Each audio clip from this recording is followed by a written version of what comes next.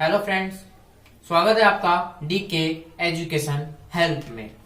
तो आज मैं पढ़ा रहा हूं आपको छठा चैप्टर, उसका नाम है विश्व मानव अधिवास या बस्ती। विश्व मानव अधिवास या बस्ती। देखिए, अधिवास कहें या बस्ती कहें, दोनों एक ही प्रकार है। देखिए, अधिवास और बस्ती एक ही प्रकार है, घर। ठीक है, हमारे तीन मूलभूत वो आवश्यकताएं होती है, जैसे मकान, कपड़ा और पैसा, खाना। ये सब हमारी आवश्यकताएं होती है, जिसमें से हम आज पढ़ रहे हैं मकान के बारे में। बस्ती कहो या अधिवास कहो, बात एक ही होती है। चाहे से वो कच्चा मकान हो, चाहे से वो पक्का मकान हो, सब बस्ती में ही आते हैं, अधिवास में ही आते हैं। कहने की बात होती है, लोग ऐसे कहते हैं कि कच्ची बस्ती, पक्के मकान थोड़ी ना कच्ची बस्ती होती है, ऐसे कहते हैं लोग। लेकिन उनको बता दूं कि पक्के मकान भी बस्ती में आते हैं। शहरों, नगरों, जिलों, ठीक है, राज्यों, तो ऐसे आप दिल्ली की बात करें, मुंबई की बात करें, कोलकाता की बात करें, चेन्नई की बात करें, या फिर आप बात करें जयपुर की बात करें। जयपुर में नगर भी होंगे ना, जैसे महानगर बोलते हैं जयपुर को, वो भी क्या है, एक बस्ती ही है। वहां के जितने भी मकान है उनको हम बस्ती कहेंगे। लाइन वाइज लगे हुए हैं तो भी बस्ती है, जैसे लगे हुए वैसे ही बस्ती है। जैसे एक मकान है, फिर छोड़कर थोड़ा सा गैप देकर दूसरा मकान है, तो भी हम बस्ती कहेंगे। लेकिन उसके पास प्रकार अलग होते हैं, लेकिन उसे भी हम बस्ती कहेंगे, चाहे वो पक्के मकान हो, कच्चे मकान हो। बस्ती में कच्चे झोपड़ी से लेकर एक क्या होता है, एक पक्के मकान, एक होटल तक आ जाता है, एक होटल तक आ जाता है, एक जैसे कोठी तक आ जाती है। शहर नगरों में जितने भी जैसे मकान होते हैं, पक्के मकान होते हैं, वो तक आ जाते हैं बस्ती में। ठीक है, तो आइए शुरू करते हैं। पहले आप नए नए आए हैं तो प्लीज सब्सक्राइब करना ना भूलेगा और बेल आइकन को दबा दीजिएगा। देखिए, आज हम पढ़ रहे हैं अधिवास या बस्ती। इसका अर्थ या परिभाषा जानते हैं हम पहले। तो अर्थ व परिभाषा, चैप्टर कौन सा है हमारा? चैप्टर 6, विश्व मानव अधिवास या बस्ती, चैप्टर का नाम है। तो अब देखिए, अब अधिवास का अर्थ या परिभाषा हम देखें, ठीक है। अधिवास कहो चाहे बस्ती कहो, ठीक है, बात क्या है, एक ही है। आइए इनकी अर्थ जानते हैं। अर्थ मतलब परिभाषा, ठीक है। अर्थ मीन्स परिभाषा, क्या है मतलब परिभाषा, ठीक है, परिभाषा। अब देखिए इसका मतलब क्या है, अर्थ व परिभाषा, ठीक है। अधिवासों की हम क्या पढ़ रहे हैं, अब हम पढ़ रहे हैं परिभाषा या अर्थ। तो देखिए, पृथ्वी के धरातल पर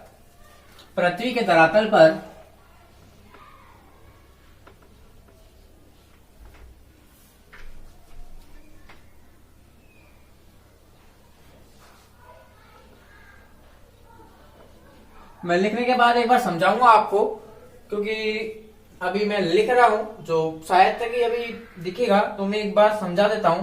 पृथ्वी के धरातल पर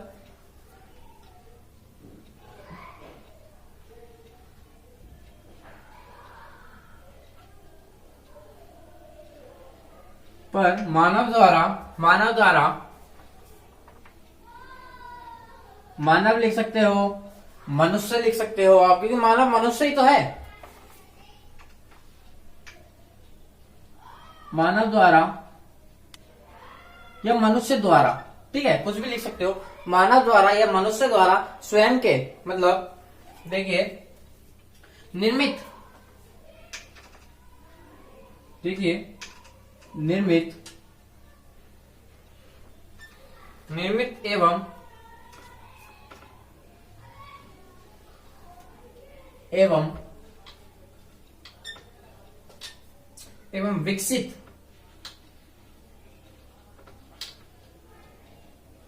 विकसित आवासों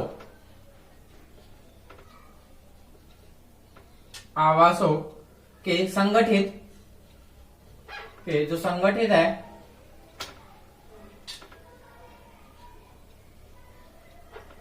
संगठित समूह को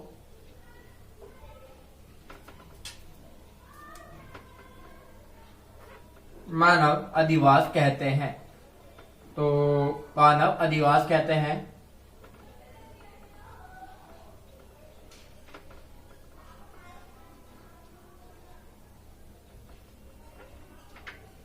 देखिए इसकी दो परिभाषाएं बताऊंगा। पहली तो देखिए ये कि अधिवास की पहली परिभाषा है ये।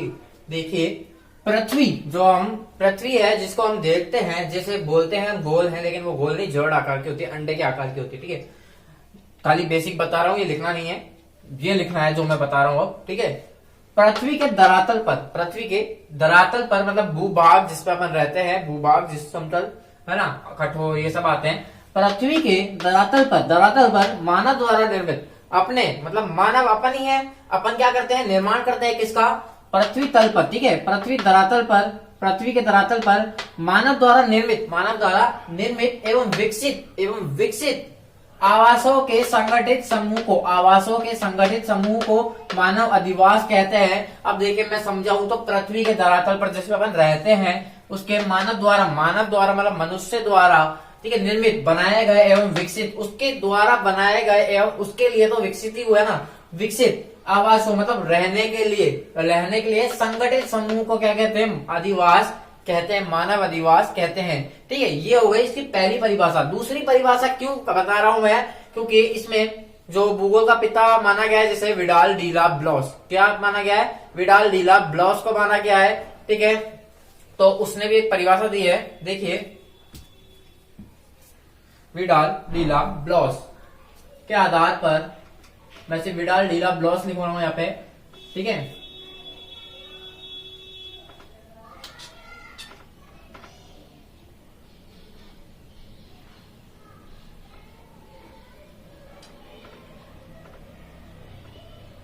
ठीक है, ये देखिए विडाल डीला ब्लॉस के आधार पर जो परिभाषा है वो है स्वयं के निवास और अपनी संपत्ति को रखने के लिए बनाए गए जो निर्मित मकान है उसे हम क्या कहते हैं, मानव अधिवास कहते हैं। जैसे देखिए मानव द्वारा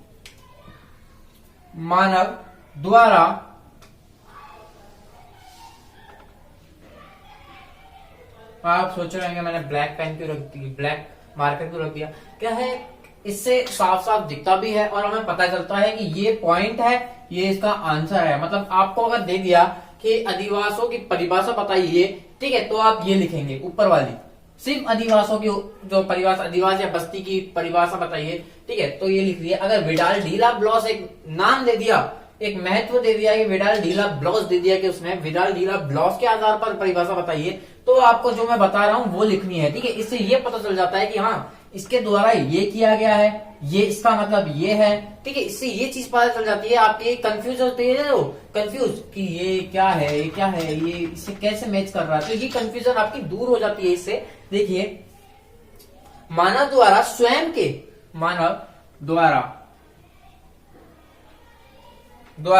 स्वयं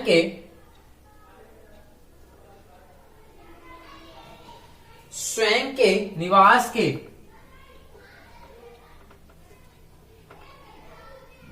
जो निवास और अपनी संपत्ति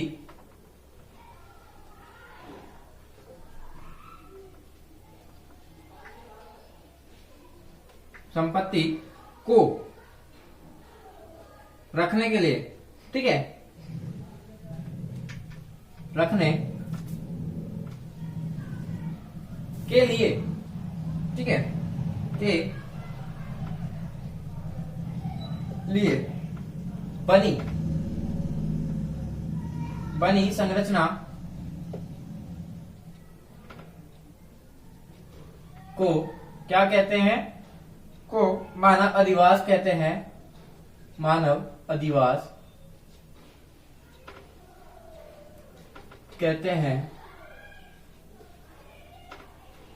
अब देखिए विडाल डीला ब्लॉस के जो आधार पर परिभाषा दी गई वो कुछ इस प्रकार है कि मानव द्वारा जो स्वयं के लिए निवास मतलब खुद के लिए निवास और अपनी संपत्ति, देखिए खुद के लिए रहने के लिए और अपनी संपत्ति जो है उसको रखने के लिए, ठीक है, जो जो निर्माण किए जाते हैं, जो बनी गई संरचना, मानव के द्वारा बनाया गया संरचना, अपने आप को निवास मतलब अपने रहने के लिए, अपनी संपत्ति को रखने के लिए संरचना बनाई जाती है, उसको मानव अधिवास कहते हैं। जैसे क्या लिखा हुआ है यहाँ पे, मानव द्वारा मतलब मानव द्वारा, मनुष्य भी लिख सकते हो आप, मानव द्वारा स्वयं के लिए, स्वयं मतलब खुद के लिए, मानव द्वारा स्वयं के निवास, निवास मतलब रहना, मानव द्वारा स्वयं के निवास और अपनी संपत्ति को रखने के लिए बनी संरचना को मानव अधिवास कहते हैं। संरचना को मानव अधिवास कहते हैं, ठीक है,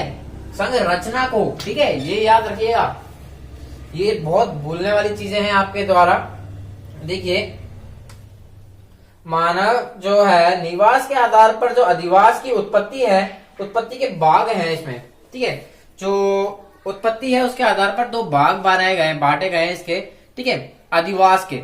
जैसे एक हो गया अस्थाई और स्थाई। अस्थाई मतलब मकान बना तो है लेकिन किराए पे रह रहा है, या फिर खुद का कच्चा मकान है, कभी भी छोड़ के चल जा सकता है, वो तो कभी भी टूट सकता है। लेकिन पक्का मकान ऐसा होता है जहां वो स्थायी रूप से जड़, स्थायी रूप से मतलब हमेशा के लिए वहीं पे रहना चाहता है। जैसे पहले के लोग आखेट, मधुमक्खी ये सब करते थे, तो ये क्या करते थे, अपना जो स्थान है वो बदलते रहता था। लेकिन आगे चलते चलते उन्होंने एक समूह को इकट्ठा कर दिया और कृषि करने लग गए, एक स्थान पे कृषि करने लगे। इस कारण से वो क्या करने, उन्हें समझ आ गई कि हाँ हमारा जीवन यापन खाली आखेट ये उनसे नहीं चलने वाला, अपना पशुपालन कृषि करनी पड़ेगी अपने आप को अपने जीवन यापन करने के लिए। तो उन्होंने एक समूह बना लिया, जिसके कारण वह आज क्या है, स्थायी रूप से रह रहे हैं। अस्थायी से नहीं, स्थायी मतलब उसी जगह पर रह रहे हैं सालों से, ठीक है। अस्थायी मतलब उस जगह को छोड़ के दूसरी जगह जाना, दूसरी को तीसरी, तीसरी को चौथी, ये होता है अस्थायी। एक स्थान से दूसरी जगह चले जाना, ठीक है, अपने स्थान को छोड़ देना, ठीक है, ये होता है अस्थायी, ठीक है। अब देखिए जो अपना निवास के आधार पर, अब देखिए निवास के आधार पर जो बताओ, अब देखिए मैंने यहाँ पॉइंट लगाया है, तो इसका मतलब ये जो परिभाषा है उसके आधार पर ही मैं बता रहा हूं अधिवास के बारे में बता रहा हूं। अभी अधिवास निवास के आधार पर के जो आधार है, निवास के आधार पर अधिवास की उत्पत्ति के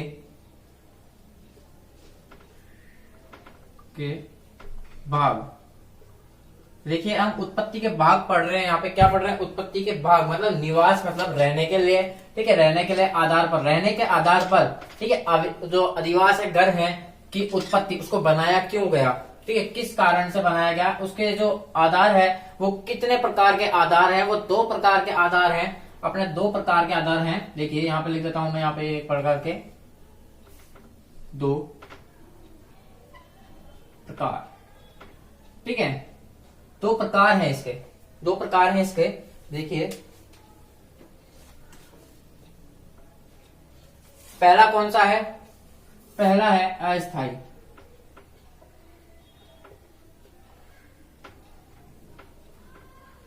अस्थाई अधिवास,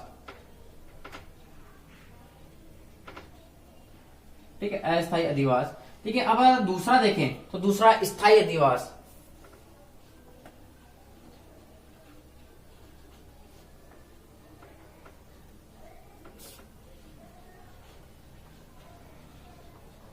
देखिए दूसरा है स्थायी अधिवास, 2 है। देखिए जो अस्थायी अधिवास है वो क्या करता है, प्राथमिक करता है, ये भी प्राथमिक करता है, लेकिन इसमें तृतीयक भी है, तृतीयक भी है, ठीक है। जैसे अब देखिए जो अस्थायी अधिवास है वो कौन कौन सी जनजाति है, जैसे एस्किमो, नागा, बुशमैन आदि, ठीक है। देखिए जैसे एस्किमो जनजाति,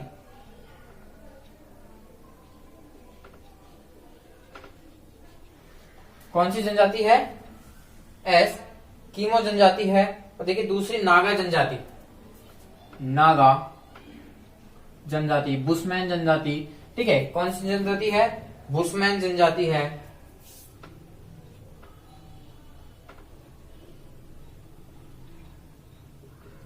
बुशमैन जनजाति है। आदि जनजातियां हैं, ठीक है, जो क्या करती है? अस्थायी रूप से निवास करती है। आपने देखा होगा एस्किमो जो जनजाति है वो इग्लू बनाती है अपने रहने के लिए। 9 महीने वहां पे बर्फ पड़ती है, 9 महीने के बाद वहां पे जब गर्मी होती है तो वो क्या करती है? उष्ण जो शीत कटिबंध है उस तरफ आ जाती है, मतलब ठंडे प्रदेशों में आ जाती है, मतलब चले जाती है, अलग अपना स्थान जो है वो चेंज करके दूसरी स्थानों पे चल जाती है जब गर्मियां आती है वहां पे।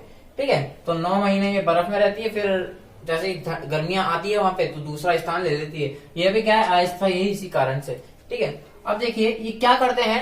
ये करते हैं, जैसे आप देखिए कार्य क्या करते हैं, ये करते हैं आखेट और संग्रहण। एस्किमो आखेट करता है, ठीक है, बुशमैन संग्रहण करता है, तो इसी प्रकार आखेट और संग्रहण। ठीक है, आखेट और संग्रहण।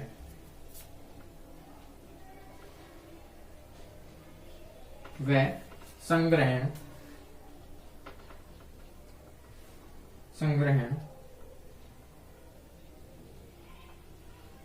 देखिए ये करती है आखेट करती है, मतलब शिकार। आखेट का मतलब शिकार, संग्रहण इकट्ठा करती है। ठीक है, आखेट मतलब शिकार करती है, संग्रहण इकट्ठा करती है अपने, ठीक है, जो भोजन होता है उसको इकट्ठा करती है। तो देखिए स्थायी जो है, अब क्या हुआ? इन्होंने अपना जीवन यापन करा।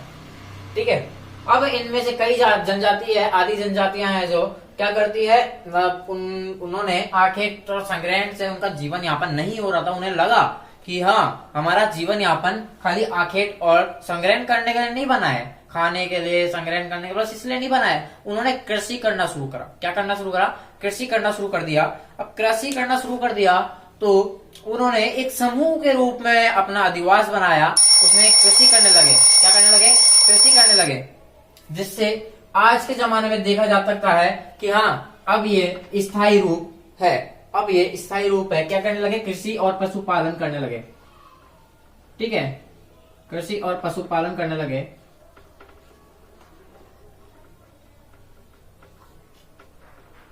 क्या करने लगे? कृषि और पशुपालन करने लगे ये। ठीक है, इससे देखा जा सकता है हाँ, अब ये स्थायी रूप है। तो देखिए इनकी जो मूलभूत इकाई है वो गर ही है। इनकी क्या है? मूलभूत इकाई है जो वो गर है। देखिएगा, यहां पे बना देता हूं मैं। यहां पे मैंने एक बॉक्स बना दिया। अब आपको पहले समझा देता हूं मैं क्या कर रहा हूं। अधिवास या बस्ती के बारे में बता रहा हूं। अधिवास या बस्ती जो मनुष्य है उसकी मूलभूत इकाई क्या है? अधिवास या बस्ती। ठीक है, कैसे? देखिए यहां तक तो रेड था, फिर यहाँ पे मैंने ब्लैक ले लिया, मतलब इसके बारे में बता रहा हूं मैं, पॉइंट है और ये इसका आंसर है। ठीक है, अब देखिए मूलभूत इकाई लिख देता हूं पहले मैं इसे। मूलभूत इकाई। ठीक है, इनकी जो मूलभूत इकाई है वो क्या है? वो क्या है? देखिए मकान पहला आएगा, आवास, मकान।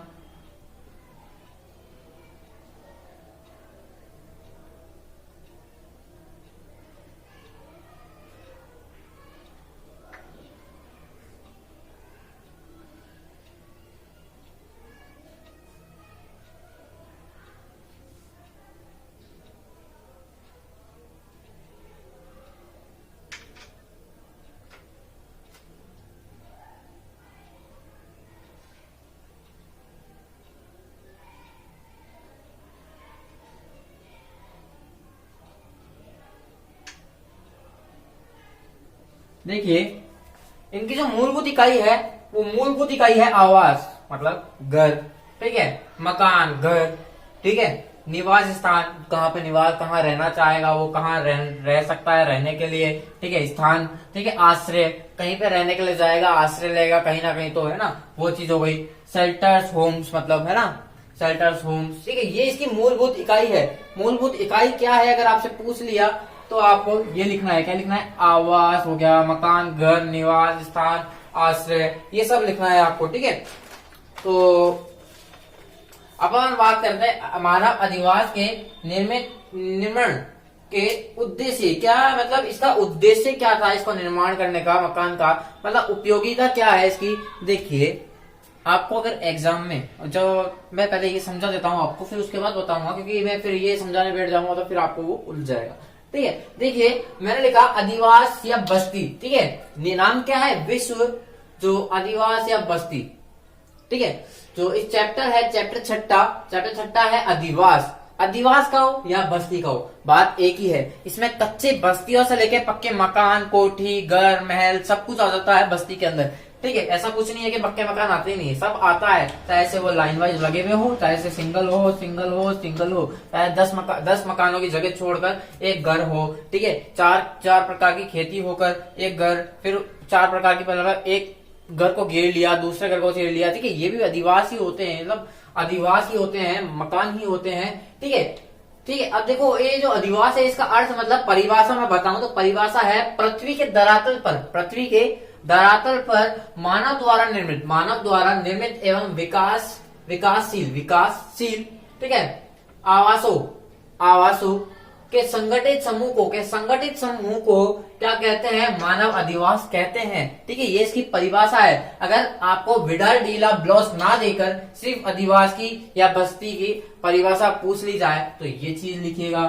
ठीक है, अगर आपको एक विडाल डीला ब्लॉस एक मान दे दिया कि हाँ, एक इंसान दे दिया, नाम दे दिया कि हाँ, इसके द्वारा जो बताई गई क्या है, परिभाषा है, वो बताइए मेरे को, तो ये है मानव द्वारा स्वयं के खुद के लिए निवास, मतलब मानव द्वारा स्वयं के निवास और अपनी संपत्ति को रखने के लिए बनी संरचना को क्या कहते हैं? मानव अधिवास कहते हैं। ये विडाल डीला ब्लॉस के आधार पर परिभाषा थी किसकी? बस्ती या फिर अधिवास की। ठीक है, देखिए जो निवास के आधार पर अधिवास है, उसके 2 भाग करे गए हैं। देखिए अब कैसे करे गए हैं। देखिए, निवास करता है रहने के लिए, ठीक है, अधिवास बनाता है, घर बनाता है। घर कैसे बनाता है, उसके प्रकार हैं, मतलब किस तरह से बनाता है, वो किराए से रहता है या खुद का मकान बनाता है। ये 2 चीज हो गई। ठीक है, 2 चीज हो गई। किराए मतलब एक स्थान से दूसरे स्थान पर जाएगा, अपना ये घर छोड़ के दूसरे स्थान जाएगा, वो हो गया अस्थायी, मतलब एक स्थान पर ना रुक के दूसरे स्थान पर जाए। जैसे 50 सालों में ही 50 साल तक एक घर में रहे, फिर वो दूसरी जगह पे चल जाता है रहने के लिए, तो वह अस्थायी होता है, ना कि स्थायी होता है। चाहे 100 साल जिंदा रहे हो, एक जगह से दूसरी जगह जाएगा, जरूर जाएगा ना, रहने के लिए जाएगा, तो 100% वो अस्थायी रह जाएगा। मतलब यहाँ पे रह रहा है वो, यहाँ पे घर छोड़ दिया, खाली कर दिया, बेच दिया, दूसरे स्थान पर रहने चले गया, तो वो अस्थायी कहलाता है। स्थायी क्या होता है? जैसे अपना खुद का घर हो, चाहे कोई भी हो, वहां पे रह रहा है और जिंदगी भर वहीं पे रह रहा है, कहीं पे नहीं गया।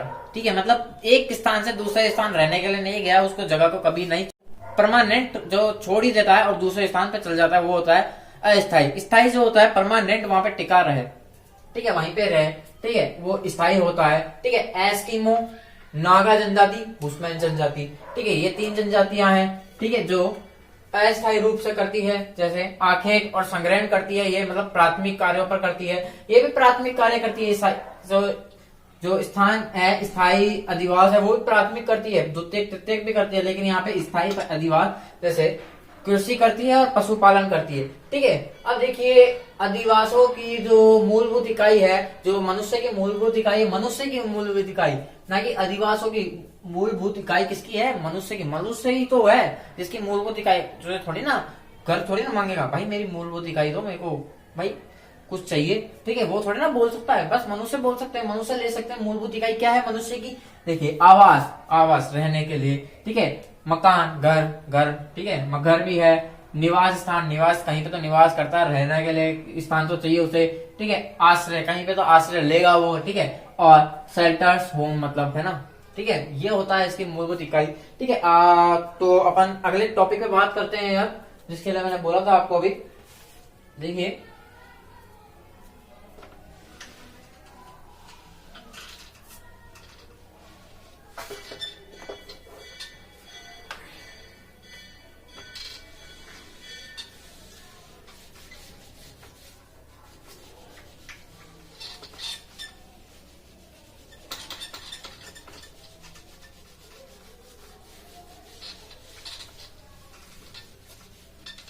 अब देखिए मकान अधिवास, मकान मानव द्वारा जो अधिवास के निर्माण के उद्देश्य क्या है, उपयोगी। देखिए आपको अगर एग्जाम में मानव के अधिवासों के उद्देश्य क्या है या उपयोगिता क्या है, ये अगर दोनों में से कुछ भी आता है, उद्देश्य क्या है या फिर उपयोगिता क्या है, ठीक है, ये दोनों आ जाए, दोनों के आंसर एक ही है।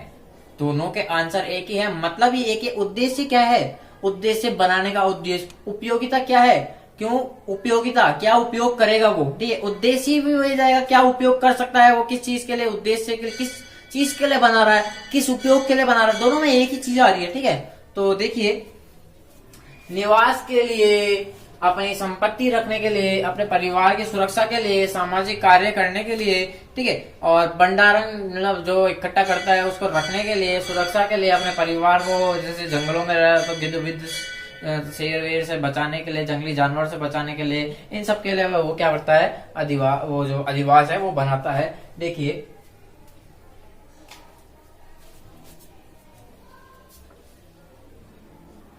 मानव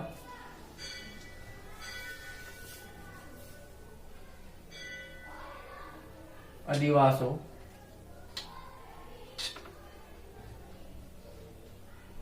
वासों के उद्देश्य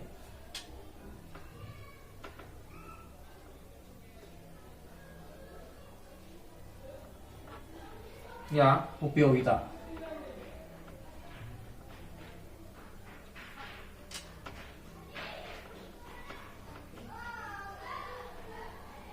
देखिए, मैं बता दूं, उद्देश्य बोलो या उपयोगिता बोलो, बात एक ही है। उद्देश्य क्या है, किस लिए वो, किस कारण से बना रहा है, किस उपयोग से बना रहा है, दोनों में किस लिए बना रहा है आ रहा है, ठीक है। मतलब किस लिए बना रहा है, दोनों में आ रहा है कि क्या उपयोगिता है, क्या उद्देश्य है इसको बनाने का। उपयोगिता ही उद्देश्य में आ जाएगी, उद्देश्य ही उपयोगिता में आ जाएंगे। उपयोग करेगा वो तो उद्देश्य है ही, तो उसका है ना उद्देश्य हो ही जाएगा। तो देखिए, निवास के लिए पहला आएगा इसमें निवास, क्योंकि वो अगर मकान बना रहा है तो खुद के निवास के लिए तो बनाएगा बनाएगा, ठीक है, निवास के लिए।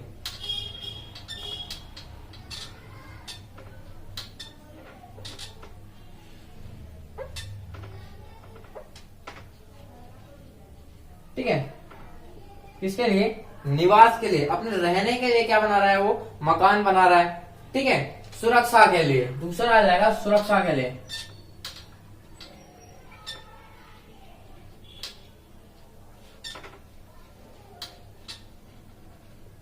देखिए, सुरक्षा के लिए भी तो बना रहा है ना वो अधिवास, अपनी संपत्ति को रखने के लिए, सुरक्षा करने के लिए, अपने परिवार की सुरक्षा करने के लिए मकान बना रहा है, ठीक है। इन सब चीजों के लिए वह मकान बना रहा है। अगर एक नंबर का आए तो ठीक, एक नंबर का आएगा नहीं, दो नंबर का आए तो आपको ये लिखने पड़ेंगे।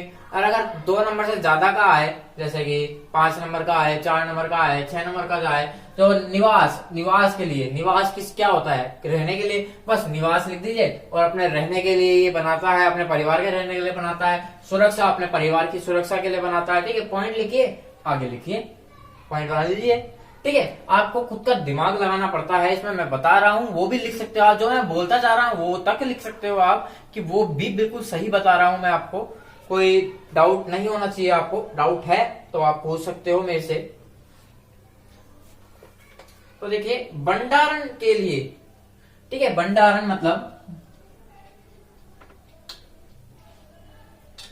के लिए, देखिए, अगर वो आखेट करता है, ठीक है, शिकार करता है, कुछ भी करता है, ठीक, कृषि करता है, ठीक है, अपने कृषि के जो अनाज हैं उसको रखने के लिए, जंगली जानवरों से बचाने के लिए, तो भंडारण क्षमता के लिए, मतलब बढ़ने के लिए, वहां पे रखने के लिए, सुरक्षा, सुरक्षा भी आ जाता है इसमें। भंडारण क्षमता में सुरक्षा भी आ जाता है कि हाँ, सुरक्षा के लिए रख रहा है, भंडारण के लिए रख रहा है, अपने सामानों को इकट्ठा करने के लिए रख रहा है, अपने सामानों को भंडारण मतलब जितना हो सके उतना वहां पे रखने के लिए कर रहा है, ठीक है, भंडारण बढ़ने के लिए, ठीक है। सामाजिक व सांस्कृतिक कारकों के लिए, कार्यों के लिए, सामाजिक एवं सांस्कृतिक कार्यों के लिए। सामाजिक किस लिए, मैं बताता हूं मैं आपको। देखिए, मनुष्य सामाजिक, समाज में रहता है तो वो सामाजिक हो गया, तो सामाजिक कार्य करता है, सांस्कृतिक धार्मिक कार्य करता है, जिसके लिए उसे एक मकान की आवश्यकता होती है। सामाजिक व सांस्कृतिक कार्यों के लिए,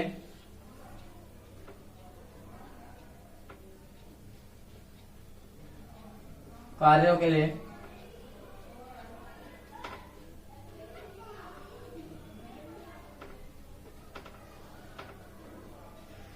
लिए, ठीक है, किस लिए, सामाजिक, वो है मनुष्य एक सामाजिक प्राणी होता है जो सांस्कृतिक एवं धार्मिक कार्य करता है। सांस्कृतिक के आगे धार्मिक लग सकते हो या फिर सांस्कृतिक के पीछे धार्मिक लग सकते हो, आप कुछ भी लिख सकते हो। उसके लिए भी वो क्या बनता है, वो कार्यों के लिए क्या बनाता है, अधिवास बनाता है, मकान बनाता है, ठीक है।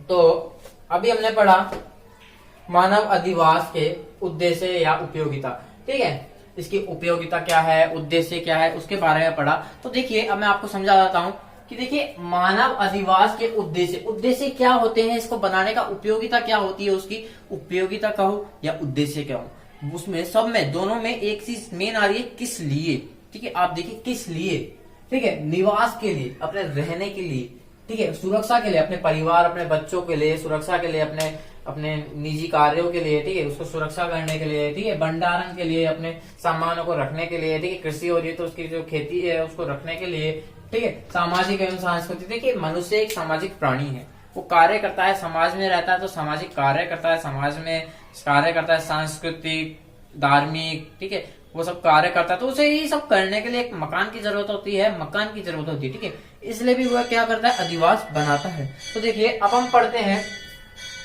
आगे, जो मानव अधिवास का वर्गीकरण करते हैं अपन।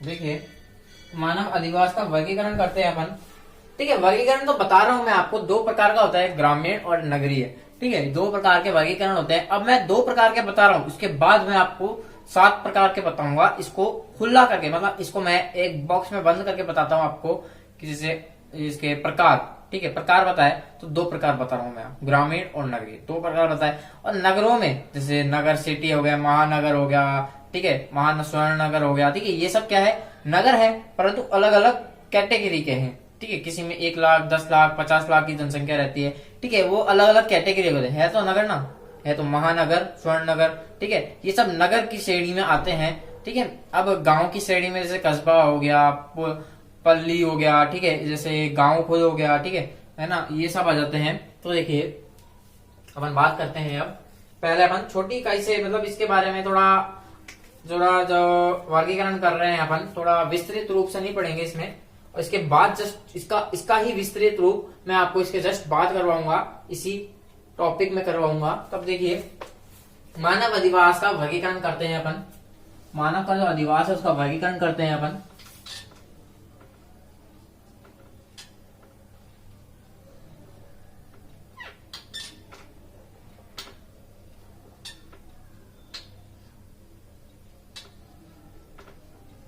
का वर्गीकरण,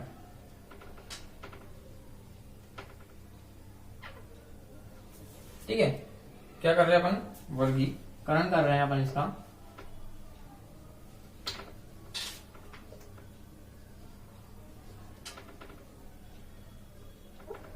ठीक है, मानव अधिवास का वर्गीकरण, ठीक है, इसके आधारभूत कार्यों व प्राकृतिक दशाओं के आधार पर इसको दो भागों में बांटा गया है, ठीक है, किसके आधार पर, आधारभूत कार्यों, जो वो कार्य करता है उसके आधार पर, प्राकृतिक दशाओं के आधार पर, मतलब जो यहाँ की प्रकृति है उसके आधार पर इसको दो भागों में बांटा गया है, जैसे एक गांव और एक नगर, ठीक है। अब देखिए दो भागों में बांटा गया है।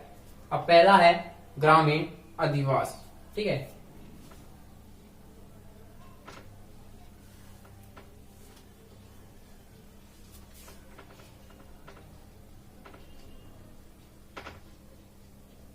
ग्रामीण अधिवास, और दूसरा है आपका नगरीय अधिवास।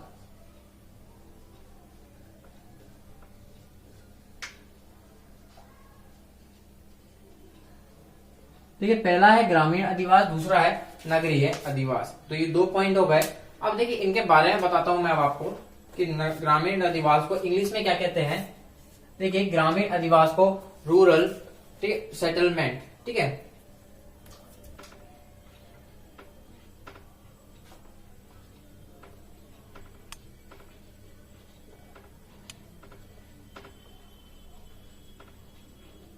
और जो गांव है उसको इंग्लिश में कहते हैं अर्बन सेटलमेंट।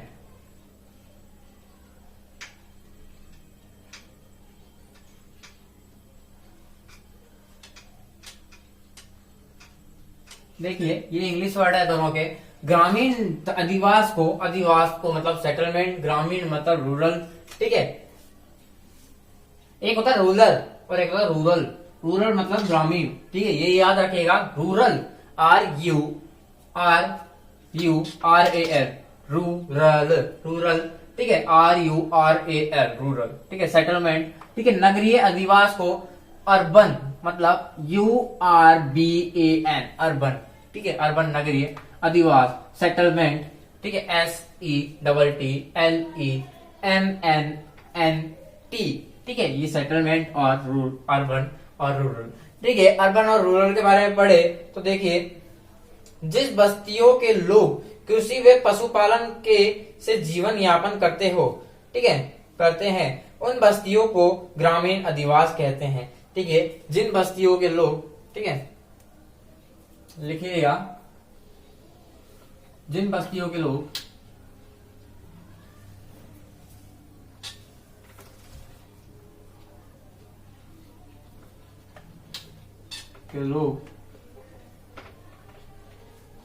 क्या करते हो, जिन बस्तियों के लोग कृषि व पशुपालन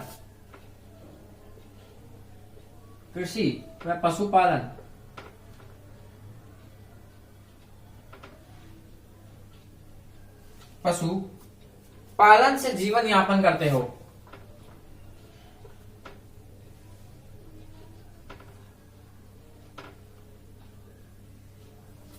जीवन यापन करते हैं, उन्हें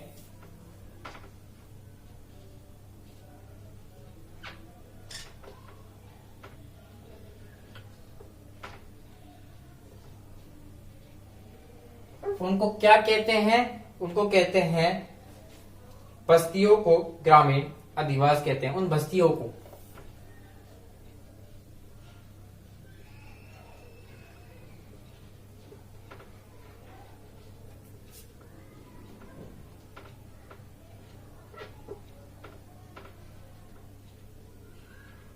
क्या कहते हैं, ग्रामीण अधिवास कहते हैं।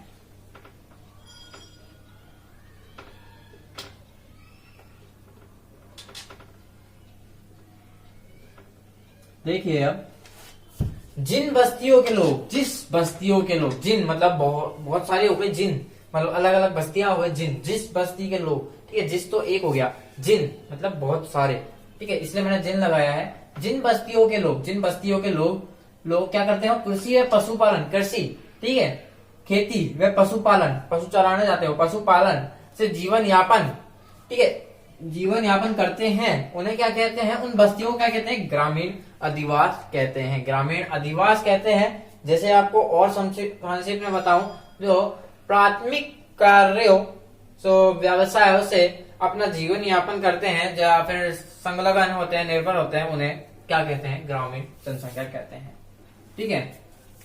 तो देखिए, और इसको और आसान कर रहा हूं, ठीक है, जो प्राथमिक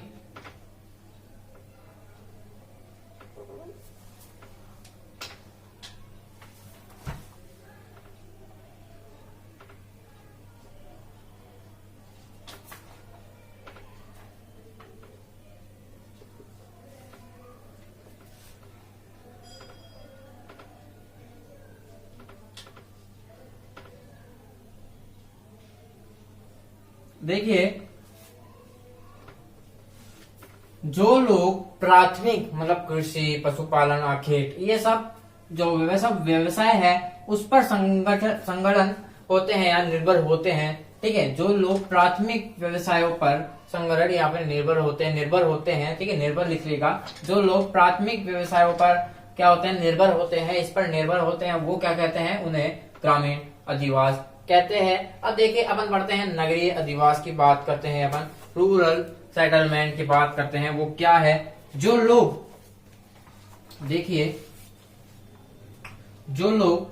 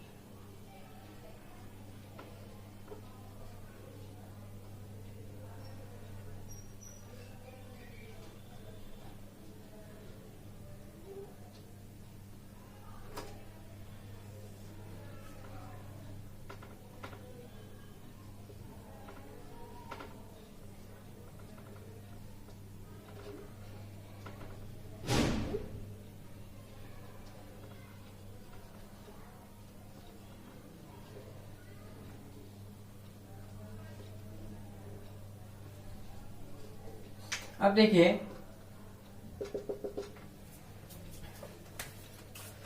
इसमें आएगा रूरल मतलब नगरीय, ठीक है, सेटलमेंट अधिवास, ठीक है, रूरल सेटलमेंट या नगरीय अधिवास। ठीक, जो लोग विनिर्माण उद्योग रोजगार, ठीक है, विनिर्माण उद्योग परिवहन, ठीक है, व्यापार संचार सूचना शिक्षा स्वास्थ्य अन्य सेवाओं से अपना जीवन यापन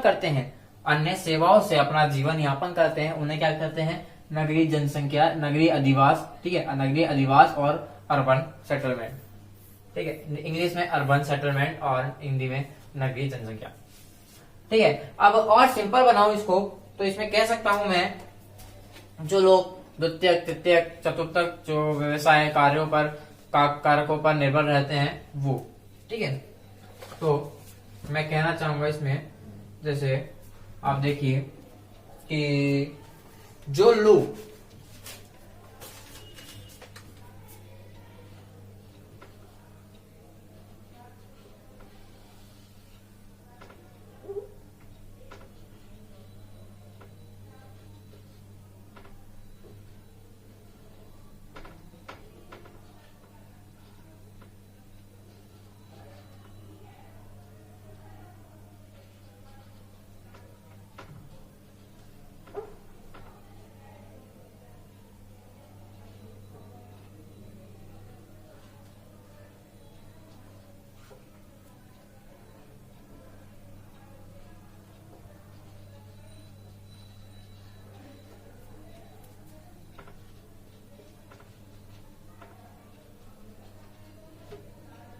अब देखिए जो लोग द्वितीयक तृतीयक चतुर्थक व्यवसायों पर संलग्न या निर्भर रहते हैं उन्हें क्या कहते हैं, नगरीय अधिवास कहते हैं। नगरों में द्वितीयक चतुर्थक व्यवसायों का जो है कार्यों का जो निर्भर रहते हैं उस पर कार्य करते हैं, द्वितीयक तृतीयक चतुर्थक पर कार्य करते हैं।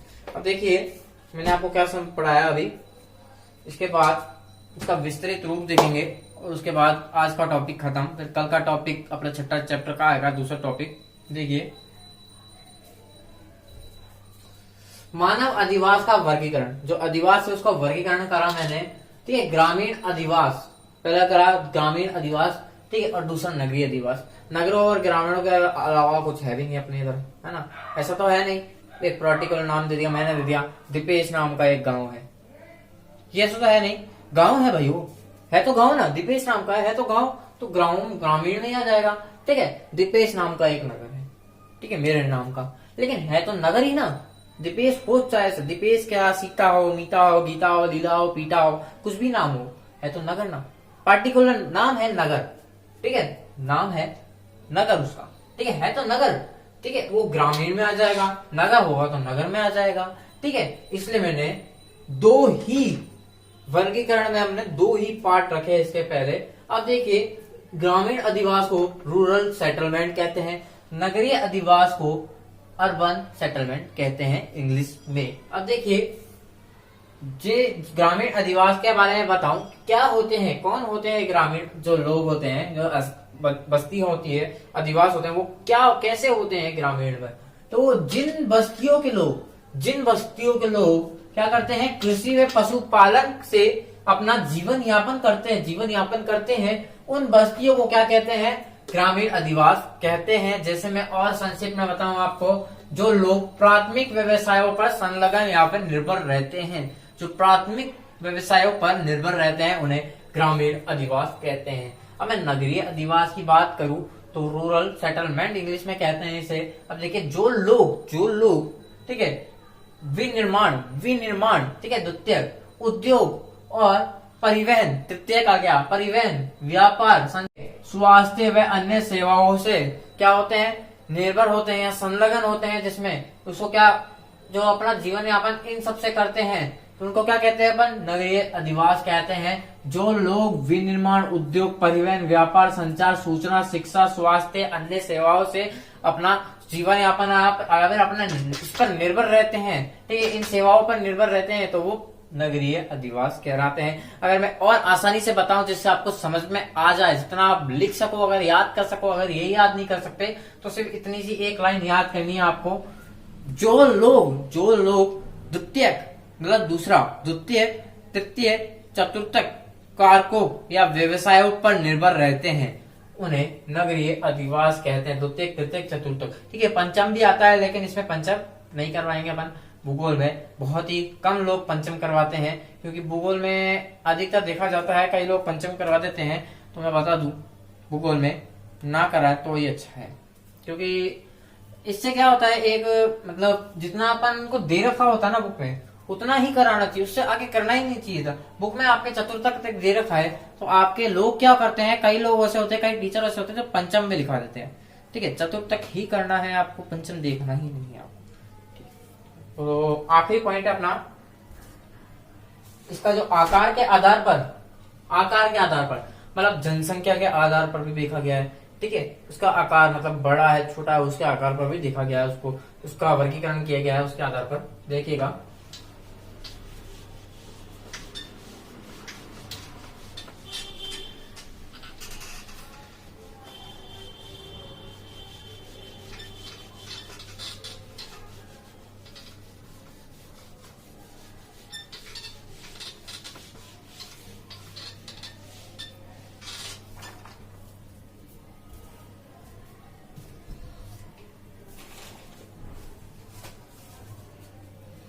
आकार के आधार पर क्या क्या है, बस्तियों का क्या है, नामकरण किया गया है। देखिए, आकार के आधार पर आप बोल रहे हैं ये क्या मजाक है, आकार के आधार पर कैसे नामकरण हो सकता है। आप जब पढ़ेंगे इस टॉपिक को, जो आप खुद समझ जाएंगे कि क्या बोलना चाहता हूं मैं, ठीक है। आकार के आधार पर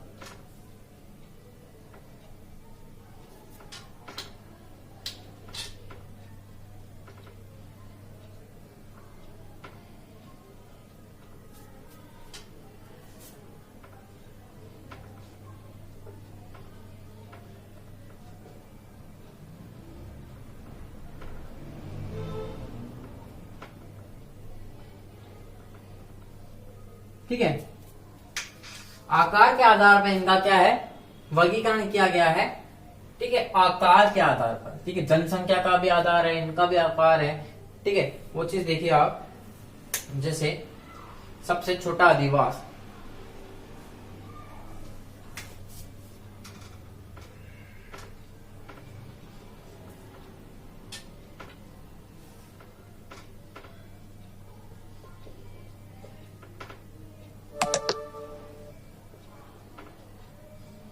देखिए जैसे कि सबसे छोटा अधिवास,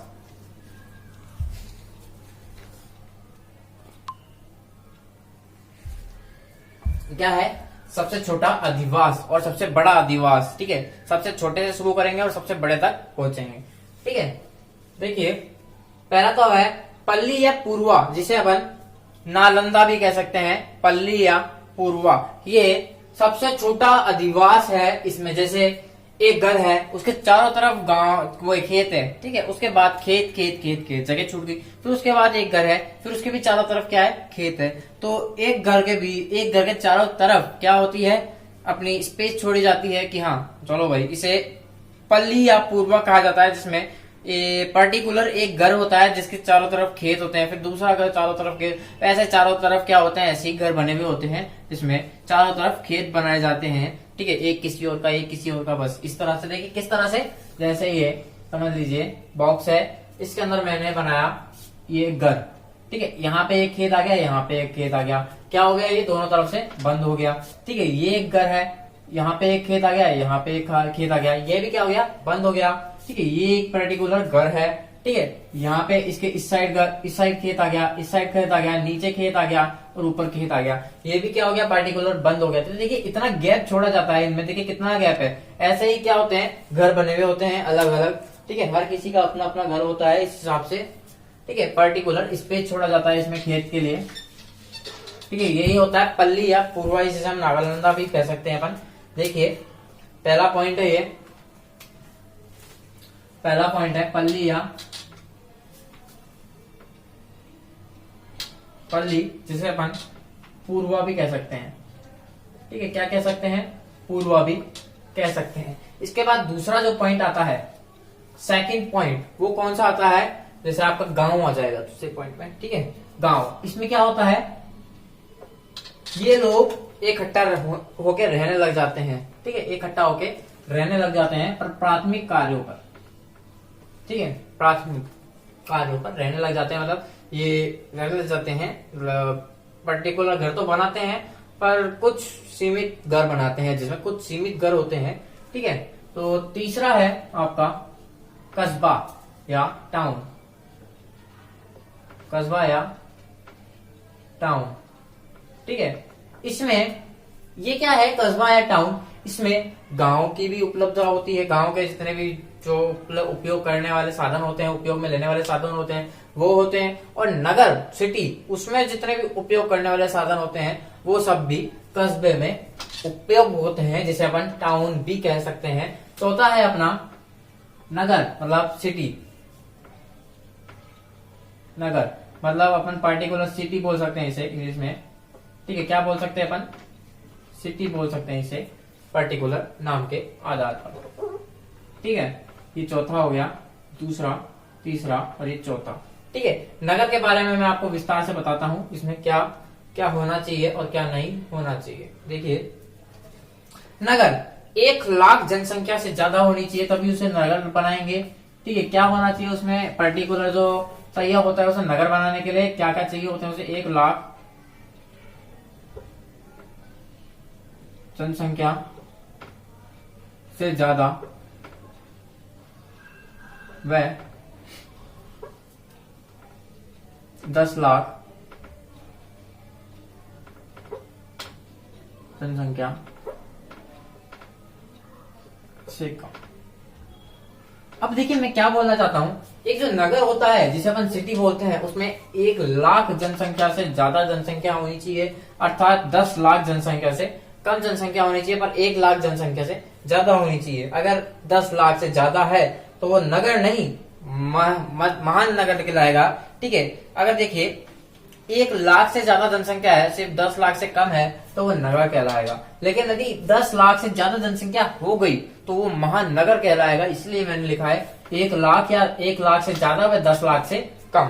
ठीक है, तो और इसके 50% जो लोग होते हैं, 50% लोग जो होती है जनसंख्या होती है, वो गैर प्राथमिक कार्यों पर निर्भर रहनी चाहिए, तभी उसे नगर घोषित करा जाएगा, नहीं तो अन्यथा नहीं करा जाएगा। ये इसके क्या है? रूल है, पर्टिकुलर रूल बनाए हैं इसके। देखिए 50% से अधिक, 50% से अधिक से जो अधिक जो जनसंख्या है गैर प्राथमिक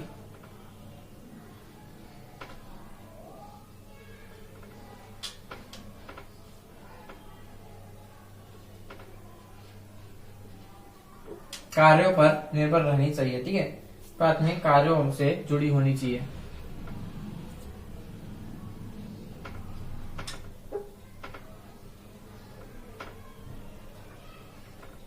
क्या होनी चाहिए? जुड़ी होनी चाहिए।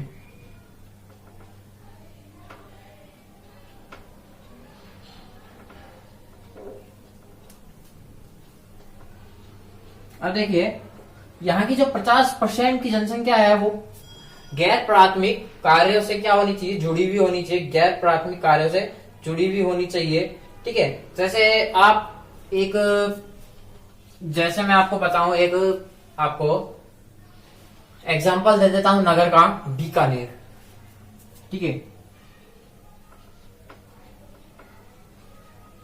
देखिए बीकानेर में 1 लाख जनसंख्या से ज्यादा जनसंख्या है, तथा 10 लाख जनसंख्या से कम जनसंख्या है, तो इसलिए उसे नगर या सिटी बोला जाता है। तो 5वां पॉइंट है अपना महानगर। ठीक है, महानगर जिसे मेट्रो सिटी भी बोला जाता है, मेट्रोपोलिस भी बोला जाता है। ठीक है, महानगर। देखिए महानगर जिसे अपन मेट्रो सिटी भी बोल सकते हैं, मेट्रो सिटी,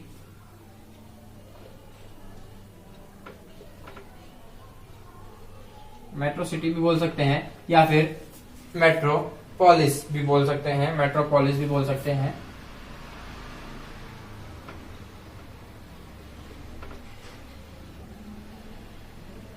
ठीक है, ये अपना 5वां पॉइंट है, महानगर, जिसमें जनसंख्या क्या होनी चाहिए, 10 लाख से ज्यादा होनी चाहिए। ठीक है, जनसंख्या 10 लाख से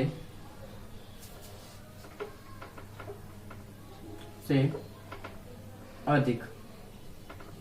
ठीक है, 10 लाख से अधिक जनसंख्या होनी चाहिए और 50 लाख से कम जनसंख्या होनी चाहिए, तभी उसे महानगर कहा जाएगा। और देखिए और क्या है इसमें, और जैसे 50 लाख से कम जनसंख्या होनी चाहिए, या औद्योगिक, व्यापार, प्रशासनिक, शैक्षणिक, ठीक है, गतिविधियों से केंद्र होते हैं ये। ठीक है, जैसे देखिए क्या होना चाहिए इसमें,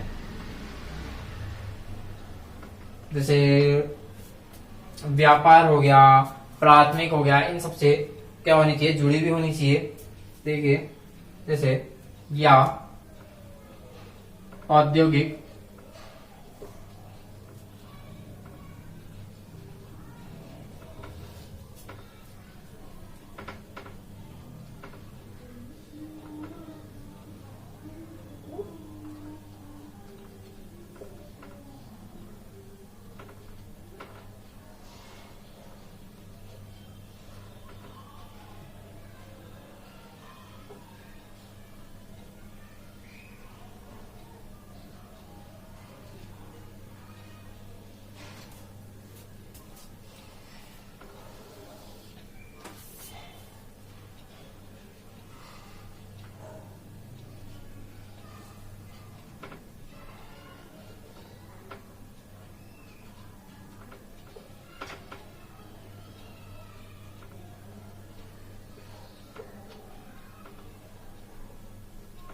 देखिए जो ये जो लोग हैं, ये जो महानगर है उसमें औद्योगिक, व्यापारिक, प्रशासनिक, ठीक है, शैक्षणिक गतिविधियों के केंद्र होने चाहिए या होते हैं।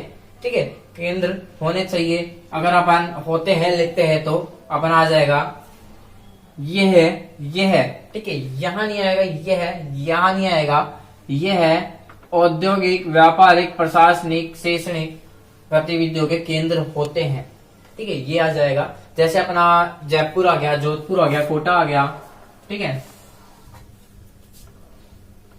जैसे मैं आपको एक जैसे बीकानेर बताया, वैसे ही महानगर में आपको बता देता हूं, जैसे जयपुर, जोधपुर,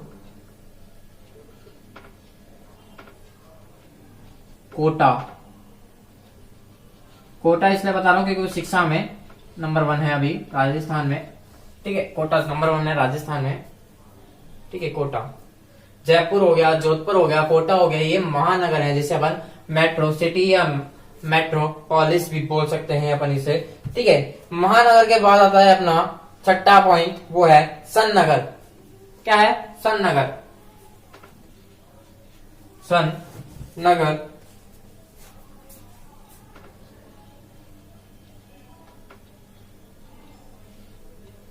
सन, ठीक है, सन आधा ना आ जाएगा, सन ना आधा ना, ठीक है, स आधा ना फिर नगर। ठीक है, तो दोनों को मिला देना, सन नगर आ जाएगा ये, सन नगर, जिसे अपन बोल सकते हैं अपन कनर बेसन। ठीक है, कनर बेसन किससे बना है? एक तो CON और अर्बन से मिलकर बना है कनर बेसन। ठीक है, इंग्लिश में इसे बोलते हैं, सन नगर को हम इंग्लिश में बोलते हैं कनर बेसन, बसन। ठीक है, इंग्लिश में इसे कन्नड़ बेसन बोला जाता है। ठीक है, अगर अपन हिंदी की बात करें तो इसे कन्नड़ बेसन, ठीक है, ये बोला जाता है कन्नड़ बेसन को हिंदी में, और सन नगर कन्नड़ बोला जाता है। मतलब समझ गए, इसका हिंदी वर्ड है ये, मतलब कन्नड़ बेसन को हिंदी में कैसे बोल सकते हैं अपन? कन्नड़ बेसन। ठीक है, सन नगर को कन्नड़ बेसन बोलते हैं, कन्नड़ बेसन को हिंदी में हिंदी में कैसे बोलेंगे, कन्नड़ बेसन। ठीक है, इसलिए हिंदी भी लिख दिया मैंने। इंग्लिश नहीं पढ़ने आ रही तो हिंदी में पढ़ लीजिएगा। ठीक है, तो अब देखिए इसकी बात करते हैं। सन्नगर, छठा पॉइंट, 7 पॉइंट बताए थे, इसमें छठा पॉइंट बता सकते हैं। इसके बाद लास्ट पॉइंट है इसका। देखिए ये जो नगर है उसके बारे में बताता हूं मैं आपको। पहला तो महानगर मैंने बताया आपको।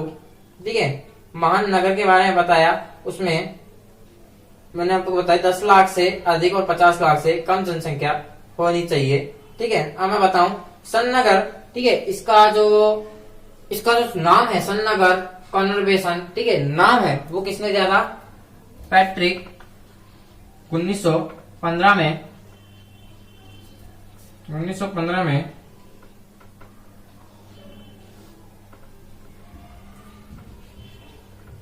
पैट्रिक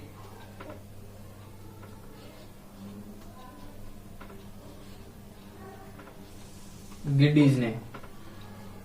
ठीक है, अब देखिए पैट्रिक गिडीज ने 1915 में नाम दिया है इसको। ठीक है, सन्नगर मतलब कन्नड़ बेसन।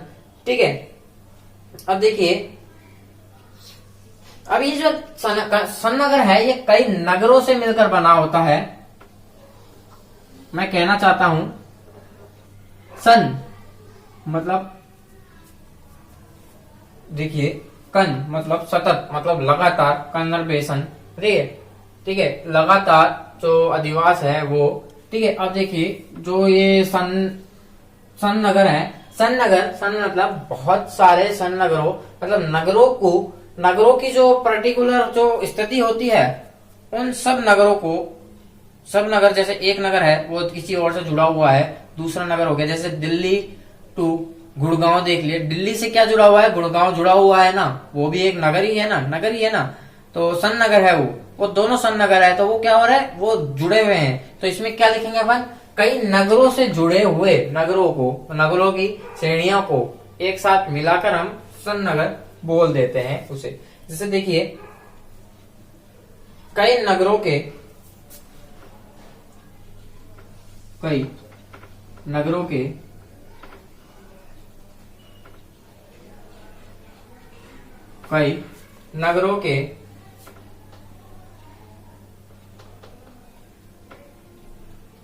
नगरों की बात करें कि आपस में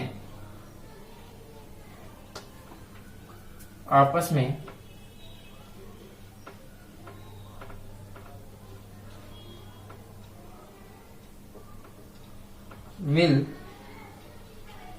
जाने से बना विशाल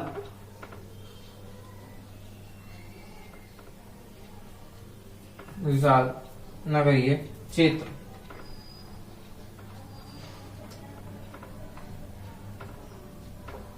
जैसे देखिए इसमें कई नगर जो होते हैं, बहुत सारे नगर हैं, उसके आपस से जुड़ने के कारण, मिलने के कारण बनी संरचना को हम क्या कहते हैं, विशाल नगरीय क्षेत्र कह सकते हैं। जैसे अपना आ जाएगा दिल्ली टू गुड़गांव, दिल्ली टू जैसे कोलकाता टू हावड़ा। ठीक है, ऐसे आ जाएंगे। जैसे देखिए मैंने यहाँ पे लिख दिया, जैसे एक्सप्लेन कर रहा हूं मैं आपको। जैसे दिल्ली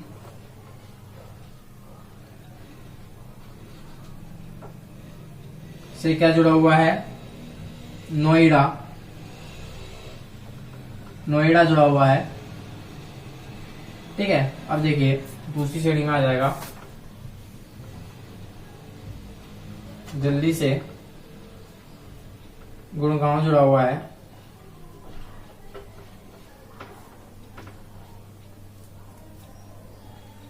तीसरी श्रेणी में आ जाएगा कोलकाता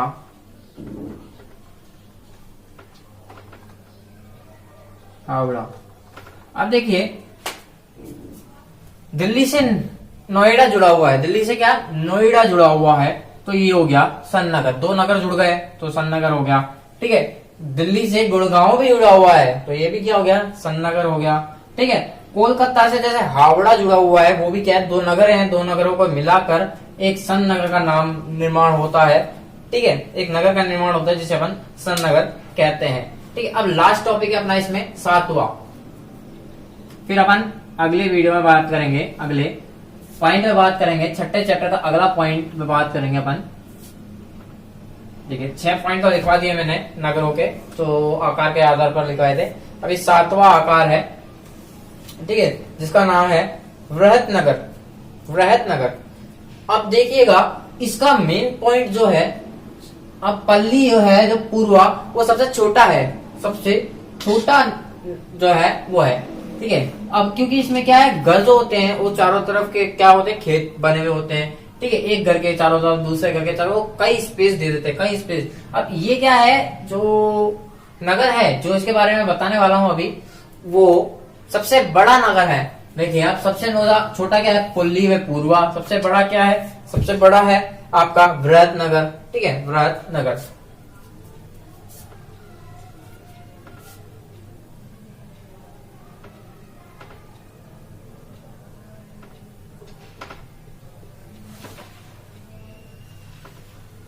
वृहत नगर, जिसे अपन बोल सकते हैं मेगा लोपोलिस। ठीक है, जिसे अपन क्या बोल सकते हैं, मेगालोपोलिस। वृहत नगर को इंग्लिश में मेगालोपोलिस लिखा है मैंने, हिंदी में लिखा है, लेकिन इंग्लिश में कहते हैं इसे मेगालोपोलिस। ठीक है, किसको, वृहत नगर को मेगालोपोलिस कह देते हैं। जो वृहत नगर है वो सबसे बड़ा नगर है, और पल्ली जो है सबसे छोटा है। ठीक है, अब देखिए इसके लिए क्या क्या आवश्यक चीजें हैं, जैसे 50 लाख जनसंख्या, ज्यादा जनसंख्या होनी चाहिए। ठीक है, अब देखिए 1957 में, ठीक है, जीन जो अपना एक भूगोल वेता था, जीन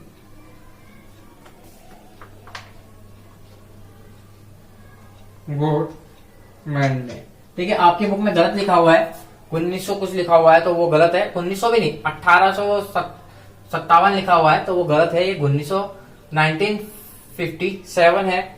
1900 जो अपना 57 है, 1957 वो है। ये 1857 लिखा हुआ है आपकी बोर्ड पे, गलत है। 1957 है ये। 1957 में जीन गॉटमैन ने इसका नाम दिया था वृहत नगर या मेगापोलिस। ठीक है, मेगापोलिस। ठीक है, ये नाम था।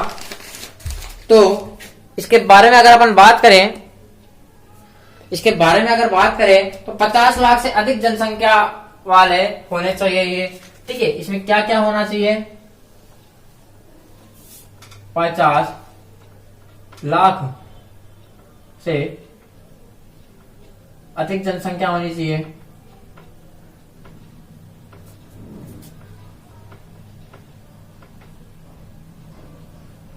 ठीक है, क्या हो, 50 लाख से अधिक जनसंख्या हो। ठीक है, जिसे विश्व नगर भी कह सकते हैं अपन, जिसे पर्टिकुलर विश्व नगर भी कह सकते हैं अपन, विश्व नगर। ठीक है, विश्व नगर भी कह सकते हैं अपन इसे, पर्टिकुलर। ठीक है, अब जैसे मैं इसमें भी अब एक एग्जांपल दे देता हूं। क्या क्या एग्जांपल है, देखिए। अब आपको पता है अपने जो रोड है वो 1999 में बनना शुरू हुई थी। ठीक है, ऐसे कुछ शुरू हुई थी। अब इसमें एक रोड बनाई गई थी, जिसमें एक 4 तरह की रोड बनाई गई थी, मतलब एक प्रकार बनाया गया था हीरे के प्रकार से। ठीक है, वो 4 नगरों को जोड़ता था। पहला था कौन, दिल्ली, कोलकाता, जैसे मुंबई, जैसे शहरों को, नगरों को उसमें जोड़ा। ठीक है, तो इसमें जो वृहत नगर है वो वही 4 नगर हैं। ठीक है, वही 4 हैं। ठीक है, कौन कौन से हैं, उन चारों में से एक है जो जुड़ा हुआ नहीं है, वो आएगा इसमें बस। पहला है दिल्ली। ठीक है, पहला क्या है, दिल्ली। दूसरा है चेन्नई।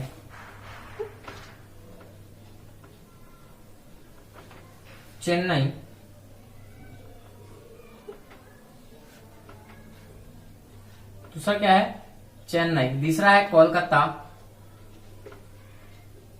तीसरा क्या है, कोलकाता। चौथा है मुंबई।